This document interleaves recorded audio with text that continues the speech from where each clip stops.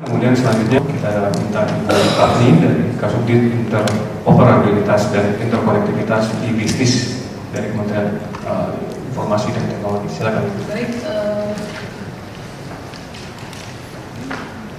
kita bicara tentang e-commerce.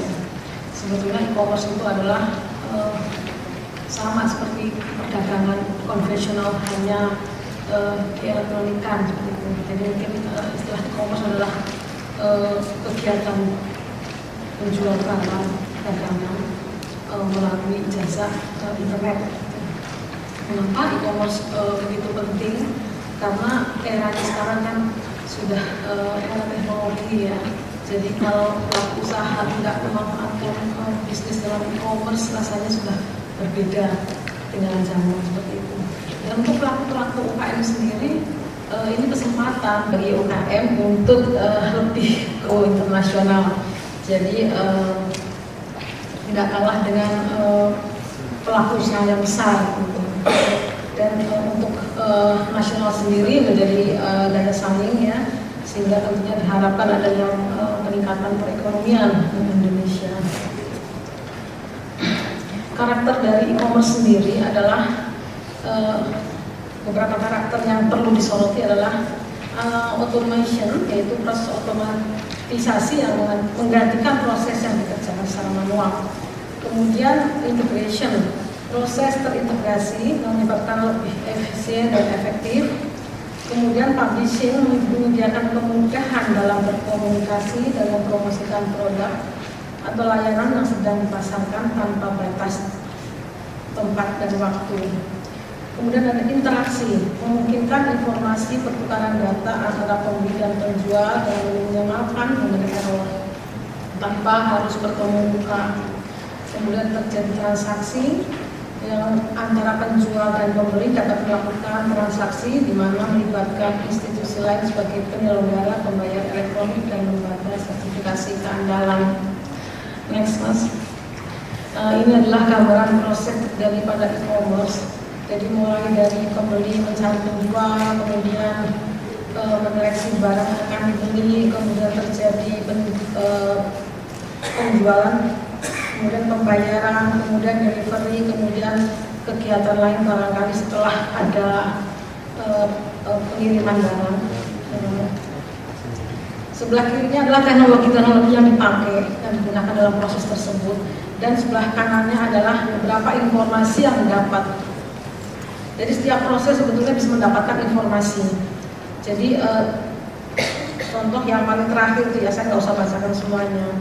Jadi setelah pengiriman, kemungkinan adanya barangkali komplain, pengembalian barang, itu informasi akan berbalik dan menjadi informasi yang bermanfaat untuk kepuasan pelanggan.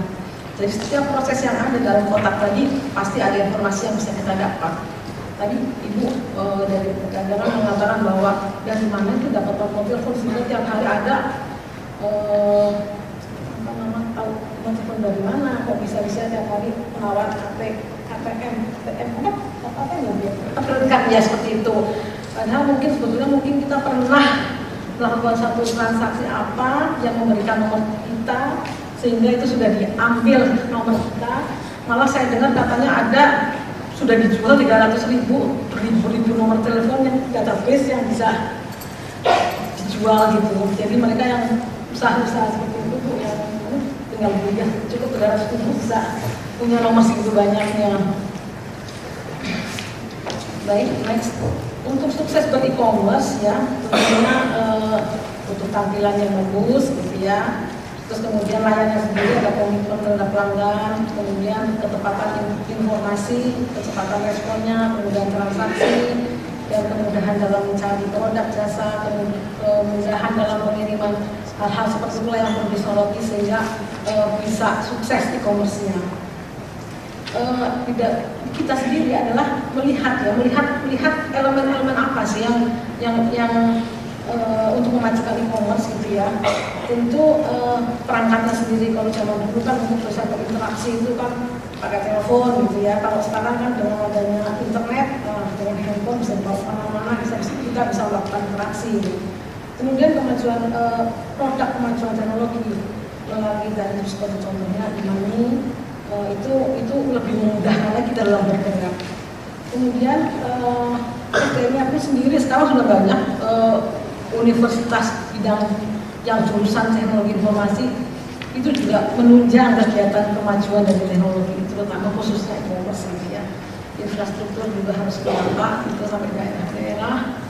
Kemudian tidak luput dari Kementerian Kominfo terlibat khususnya untuk regulasinya gitu kan. Yang terkait dengan e-commerce 2008 sudah ada Undang-Undang Teknologi Informasi Elektronik, Undang-Undang Nomor 11 2008 ITE.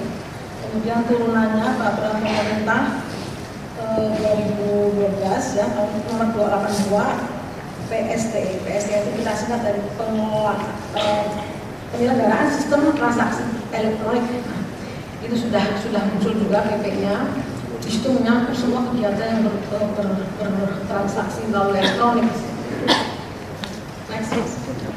Ini teknologi analisis SWOT ya untuk e-commerce di Indonesia seperti apa. Kita melihat kekuatannya, kita melihat kelemahannya, kemudian opportunitiesnya ya, kesempatan untuk bisa e-commerce, kemudian ancamannya seperti apa. Dari analisa tadi kita bisa melihat kita harus bagaimana. Itu yang kita harapkan, kita bersama-sama di sini ikut memikirkan bagaimana bagaimana e-commerce bisa berkembang di Indonesia. Nah, di dalam transaksi elektronik kita lebih melihat kepada bagaimana jaminan keamanan dari sini, keamanan dari segi transaksi elektroniknya, transaksi informasinya yang berjalan di atas platform daripada elektronik tersebut. Sistem elektronik adalah serangkaian perangkat dan prosedur elektronik yang berfungsi menyiapkan, mengumpulkan, mengubah, menganalisis, menyimpan, menampilkan, mengumumkan, mengirimkan, dan atau menyebarkan informasi elektronik. Ini saya cuplik dari peraturan pemerintah 82 tentang penyelenggaraan sistem dan transaksi elektronik ya. Jadi sistem elektronik sendiri dapat dipercaya tentunya bila sistem tersebut dapat dipertanggungjawabkan, aman, handal. Karena untuk bisa dinyatakan aman, handal, telah dilakukan pemeriksaan oleh para profesional yang terkait mempunyai kemampuan secara teknikal, manajemen dan hukum sehingga dapat dikatakan handal dan aman serta bekerja sebagaimana mestinya.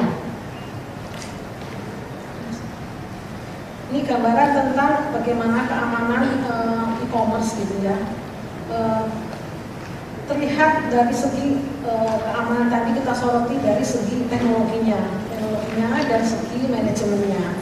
Tentu the security policy, security infrastruktur itu kita bisa soroti dari segi manajemennya. Kemudian bagaimana yang lewat tadi dalam transaksinya tadi secara teknologinya beberapa kita bisa laksanakan gitu ya,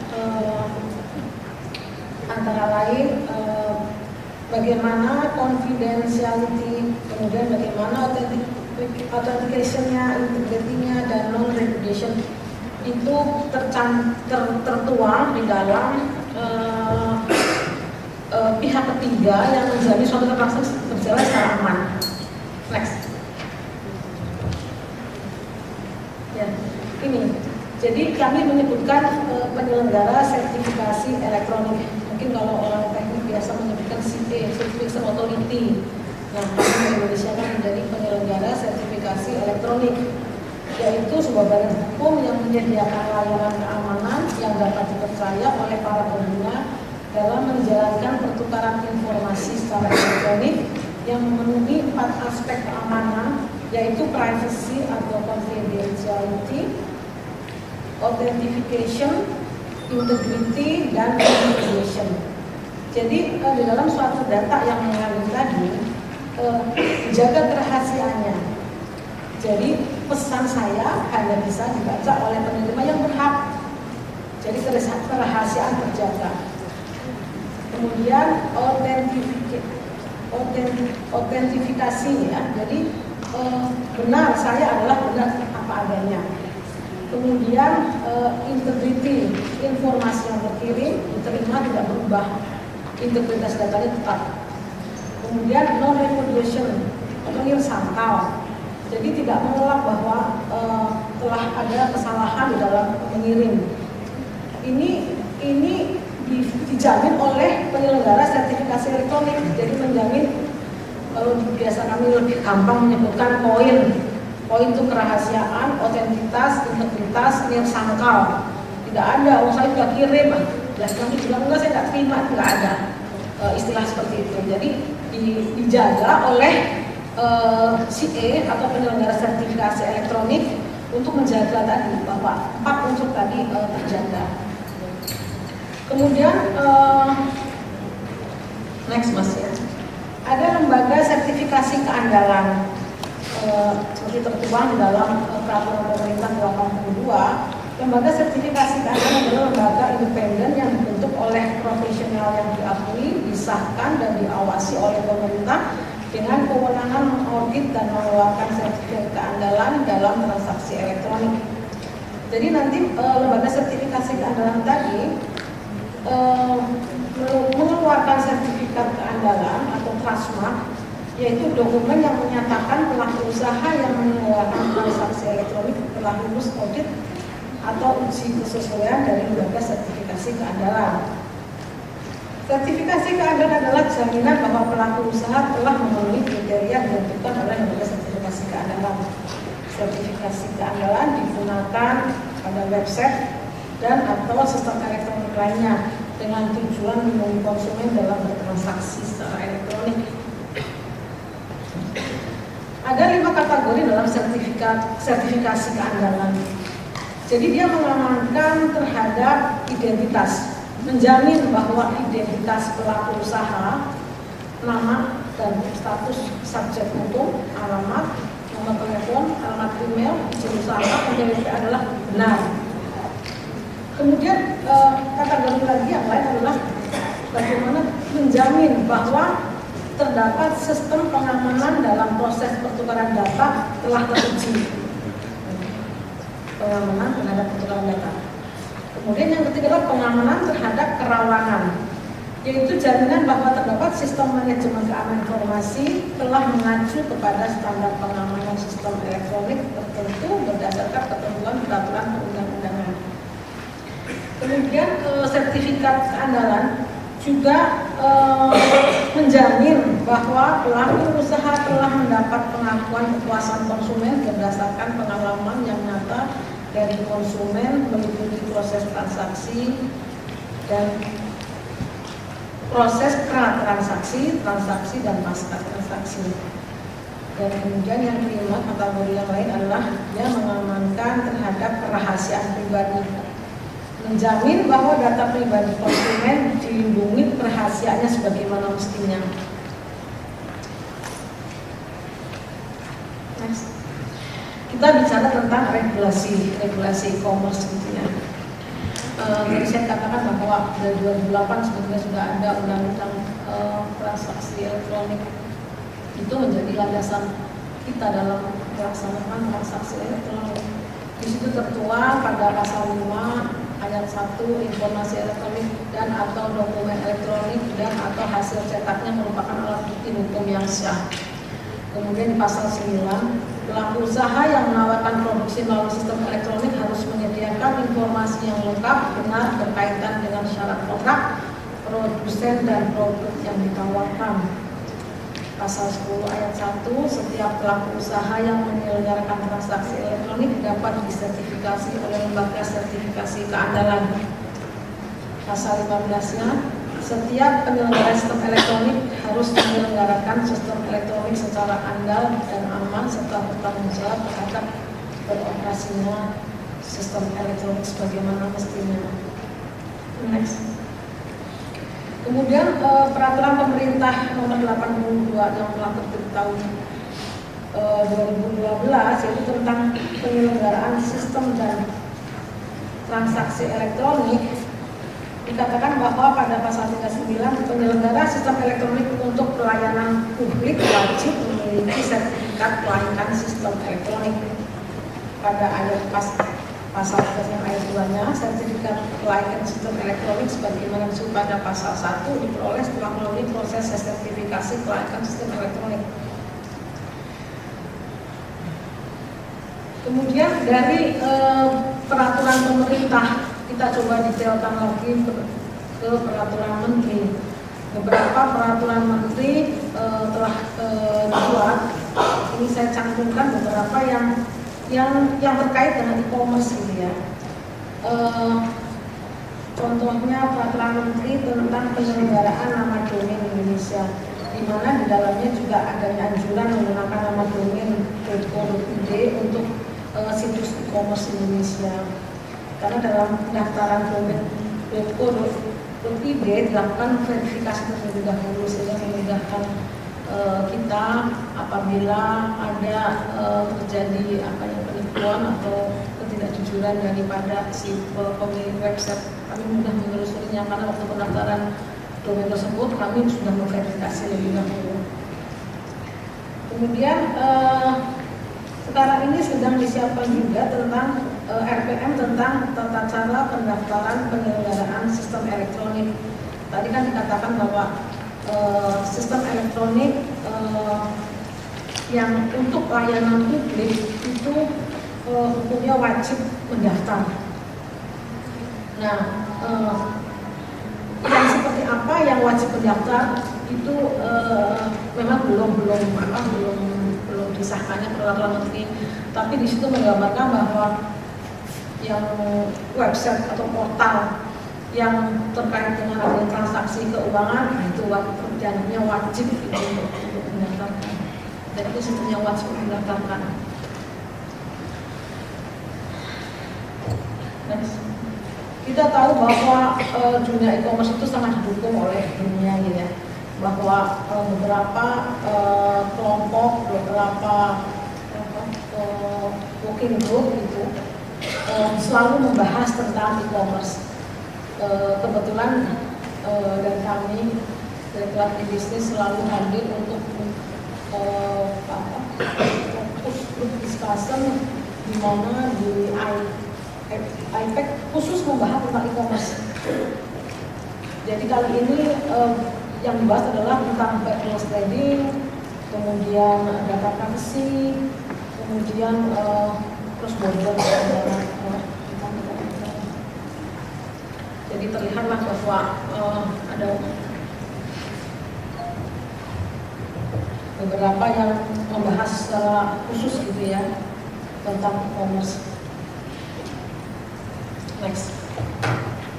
Kementerian Kominfo sendiri khususnya di Direktorat Bisnis gitu, bagaimana berusaha untuk ikut berpartisipasi tidak hanya dari segi regulasi saja, tapi juga menyiapkan sarana-prasarana layanan e-commerce dan transaksi elektronik, kemudian bagaimana menerapkan proses transformasi khususnya UKM dari manual UKM menjadi elektronik UKM. Saat ini Direktorat Bisnis juga bekerjasama dengan pemerintah daerah membangun pusat komunitas kreatif, yaitu suatu bangunan yang dikhususkan untuk para UKM untuk memahami TI, memanfaatkan TI. Jadi Kementerian Kominfo memberikan sarana-sarananya, sementara bangunan dan internet akses dan SDM-nya dan pengelolaan setiap wilayah dari PMD sendiri. Kami bekerjasama melakukan pendampingan terhadap UKM. Bagaimana selain UKM melek IT, dia juga kita ajarkan bagaimana bisa ber-e-commerce, sehingga kita berharap bahwa perekonomian daerah bisa majulah dengan UKM yang ada di daerah-daerah lebih maju berjualan secara online. Kemudian kita lakukan juga beberapa kota fintech kepada UKM, kepada yang membutuhkan, bagaimana pemahaman tentang berinternet dan pemanfaatan pemasaran penjualan melalui internet. Dan kita menyiapkan memfasilitasi proses e-commerce dan transaksi elektronik internasional secara cross border, teknologi netral dan mengedepankan perlindungan data privasi dan identitas. Barangkali cukup sekian dari saya mengabarkan bagaimana Kementerian Kominfo telah berusaha untuk membantu kemajuan e-commerce. Wassalamualaikum warahmatullahi wabarakatuh. Waalaikumsalam. Terima kasih Bu Hapni. Seperti sudah disampaikan tadi bahwa Kominfo juga sudah merilis undang-undang terkait ITE, kemudian juga peraturan pemerintah juga sudah turun, pemerintah PP nomor 82 ya, jadi dengan sistem transaksi elektronik. Dan saya yakin sebagian besar para pelaku e-commerce yang ada di sini sudah sebagian besar sudah mengerti, tapi nanti kalau misalnya ada yang tidak ditanyakan silakan saja. Beberapa catatan saya tadi bahwa Kominfo juga peduli dengan UKM dan pas hukum, jadi mereka juga menyediakan sarana dan prasarana kepada UKM sehingga nanti diharapkan kita makin banyak pelakunya instead of marketnya gitu Pak. Semoga nanti bisa sinergi juga nanti dengan peraturan di Kementerian Perdagangan.